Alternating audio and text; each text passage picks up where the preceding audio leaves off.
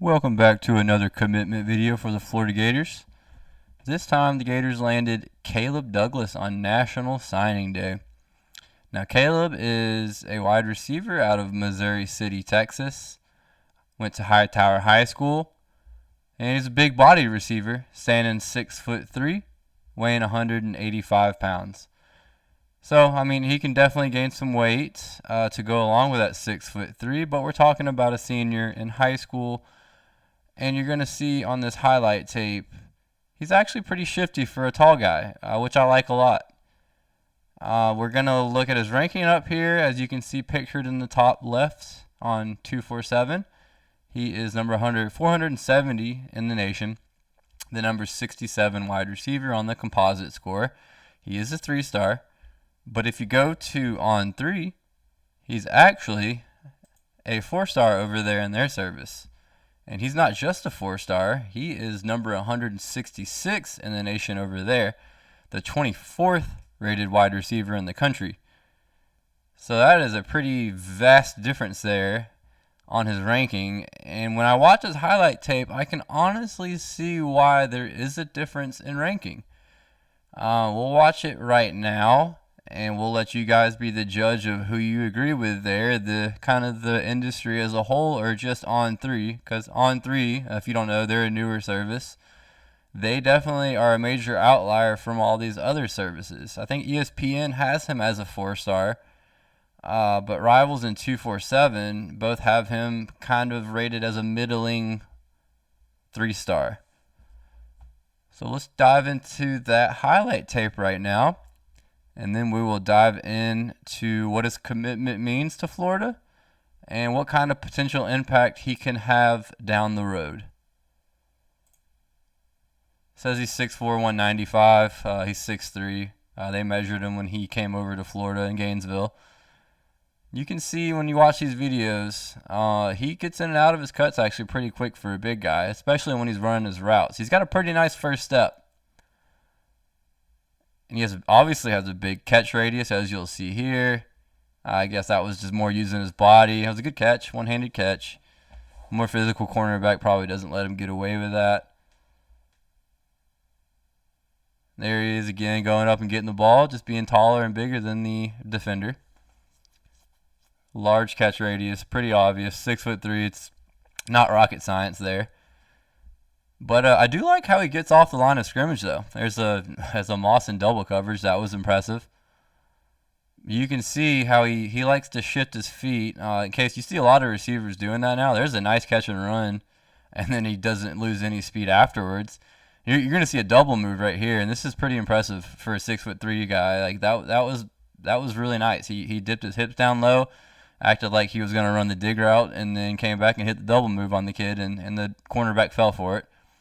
He's going to show off some of his speed. As you can see, he's not slow. He is outrunning 3 guys right there. And you notice down there at the bottom of his clip it said long strides. He definitely is a long strider. He's one of those guys that, it might look like he's running in slow motion, but look at him right here versus this kid. He's outrunning him by a good 3 or 4 yards. We don't know how good the defender was there, but he's still outrunning them with pretty simple ease there. Tough to bring down in the open field. He's obviously going to be a red zone threat. You can see there he uses his body to run the slant and get in front of the defensive back. And this right here is why I think Napier really liked him. The blocking. He's going to be willing to block. And that's what Napier's receivers are going to have to do. Doing it again right there, pancaking a kid. I think he gets back up and makes the tackle. But Napier's receivers are going to have to block. Napier likes to run the ball. And honestly, I think that probably deterred some of these higher-rated receiver recruits from showing any interest. They want to see what his offense is going to look like first. And I'm sure Napier straight up told him, y'all are going to have to block. It's a block first. You're going to have to show me that in practice, and then you might get on the field. My internet seems to be going slow. I don't know what happened on that little highlight. There he is again, winning another jump ball. Here he is running a nice little fade.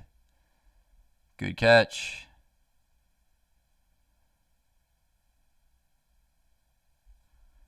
Here he goes again, breaking tackles, as he just continues to do throughout the highlight tape.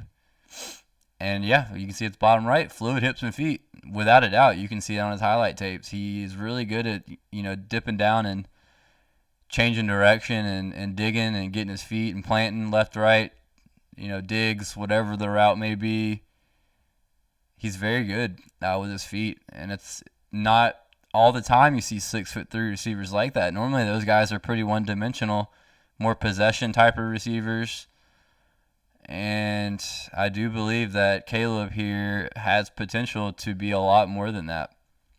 He actually reminds me of a slightly, probably slower version of Xavier Henderson. I don't know if that's shooting a little bit too high, but our current receiver, Xavier Henderson, has a lot more speed, and he's a bigger guy too. That's very fluid. And I think Caleb is kind of similar in that manner. Like, again, he's not as explosive as Xavier. There he is, stiff arming the defender. And then here we're going to get yards after catch, and we're going to go check out. Oh, nice move. Nice little juke right there. There's the end of his highlight tape. So, overall, that was 4 minutes of impressive highlights. I know it's highlight tapes. People like to say they're overrated, yada, yada. But guess what? Good players have good highlight tapes. It's not very hard logic to live by. So we're going to look at this after we look at our roster. So something I did decide to do after looking through these videos, instead of going with this projected score in 2022 like I have been doing in order to rate how important a position is, I've decided to use the current roster score.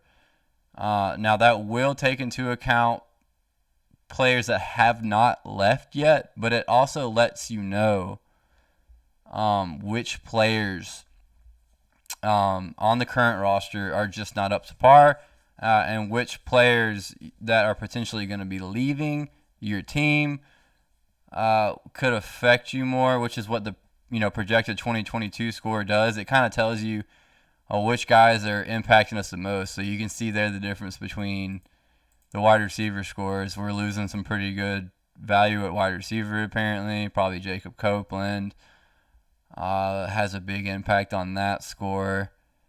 Offensive line, you can see it's getting better because of the class we have coming in. But overall, it doesn't make a huge difference. There's nothing where the position score drops down significantly. So I decided to just use the position score because these guys are coming into the roster, so it doesn't make sense to use a projected score to count against their score, because I'll be doing the 2023 class here in the near future, and I don't think it makes a lot of sense to use a projected score in 23 with recruits that aren't even close to committing or not going to be on the roster for another year. So we're going to use the current roster position score.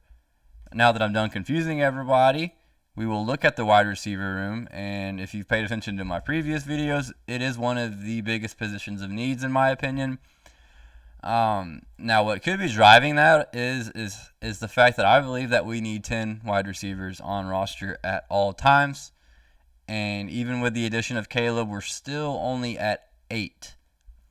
Now, Napier might not need 10. Mullins, he had more of 3-4 wide receiver base sets. Napier's going to use some tight ends. He's going to probably run more 2 wide receiver looks than we're used to. So I'd have to see what we look like in spring ball first. But for now, I'm going to keep it at 10. That could go down, which would make the position less of a need. But even then, factoring that in, those 8 guys we have coming back, we don't really have any proven players. Justin Shorter's played a lot. Speaking of all that, we will go look at the wide receiver room before I start talking about people. Go look at the wide receivers. Projected depth chart here. I currently have 3 wide receivers projected to start. Justin Shorter, as previously mentioned, he has not put up the stats, even though he had a good bowl game. Xavier Henderson, mentioned before. I like him a lot, but again, hasn't proven anything. That might have more to do with the crazy rotations Mullen liked to do, which I think we all got tired of. We wanted the best players to play. Let me go ahead and, sorry, Jordan Pouncey is coming back, but he is counted towards the numbers, so that's not going to change anything. I just forgot to add him in, like he's going to play anyways, right? Trent Whittemore is currently projected as my slot wide receiver. He started last year. I do believe he is going to be a starter. I think the only real competition is obviously you have Jaquavian Frazier's, and I do like Marcus Burke. But again, we haven't seen him, but he will fit a mold that I believe Napier will like a lot. I do think we will see some Marcus Burke down the line. Jamarcus Weston hasn't really proved much of anything, and he's already going into his redshirt junior season. Dejon Reynolds didn't really play at all last year. And the previously mentioned Jordan Pouncey coming back for his 6th or 7th season, I'm not even sure. He would have played by now if he would have done anything of relevance. So I'm not really factoring in Pouncey. So I would say Caleb Douglas probably slots in right there with Dejon Reynolds to start his career off. So we're looking at a 3rd string wide receiver to start off. Probably won't see much of the field this year. Might see him on special teams. But he's a massive haul in a sense of we needed bodies at wide receiver. And he's also got some talent to work with. I do think that, that large frame that he has is going to help him get on the field sooner rather than later, especially if he puts on some weight. I could see him being one of those 6'3", 195, 200-pound bigger wide receivers that's blocking on the edge a lot and also making some plays in the pass game. I do like this take a lot. I'm not sure how most everybody else feels, but I'm a fan of Caleb Douglas. I think it is a very good take. And I believe we beat out the likes of Baylor and LSU. I think LSU tried to get in on them late. So, those are pretty solid teams. I know Keary Colbert was his primary recruiter. Keary Colbert actually came from USC, where Caleb Douglas was originally committed to. So this kid was an immediate target for our new wide receiver coach, Keary Colbert, which tells you Keary Colbert thinks this kid can play. Keary Colbert has had some really good receivers at USC these past few years. So you just have to believe that he sees something in Caleb Douglas that perhaps some of these recruiting services don't see. And I do see the potential. I'm not going to say he's a bona fide 4-star, but I do see the potential. I do like how On3 rates him near the top 150 overall players, a top 30 receiver. So it's good that at least one site is in on him. But let's go look at where he rates on our commitments for 2022. I'm sure you guys, if you've been looking at the screen, you can see him by now. He is currently rated as our 12th highest commitment out of the 22 that we have received thus far. And you hear me say so far because Napier said we are not done. We probably will heavily target some players in the spring transfer portal. And yes, that would be, I believe, a part of this class since they would be coming in the summer. So you still have to factor in spring football and kids that will be transferring prior to the summer. And it sounds like we're going to be trying to get a couple of kids, so we're going to be adding even more to this class. So this is not done, even though we're past signing day. It's just a different world we're living in now. So Caleb gets a 5 on the talent score. Now, if that was based off of On3 only, that would have been a 7, I believe, which probably would have put him over Jamari Lyons at 11, but he's going to be 12. You can see he's right above the guy I did my last video on, Jack Pyburn. And I actually really like these 3 players right here in the middle. Caleb Douglas, Jack Pyburn, Jalen Farmer. Farmer, we beat out Alabama for. Pyburn, watch my last video. I'm really high on him. And Douglas, I do believe Douglas at least at 470 in the nation is undervalued.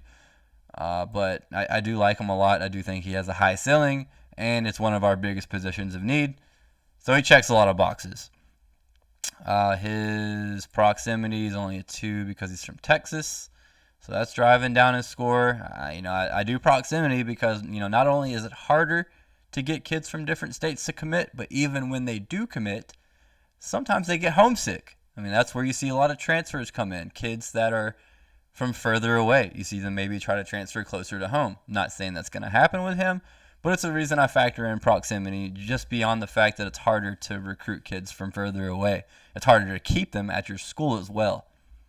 And then the impact, I gave him a 6. Pretty average score. I bumped him up from a 5 to a 6 because of the position. So he gets a 6, and his overall score is a 6.2. So he is an above average recruit in terms of all these numbers. Average being more close, probably closer to 5. So he's a 6.2. So he's above average. Again, 12 out of 22, which is a solid take. And he was our only commitment, unfortunately, for Wednesday, signing day. We got one on Tuesday with Jack Pyron, of course. But Wednesday, the staff did strike out. But do not let that deter you, everybody.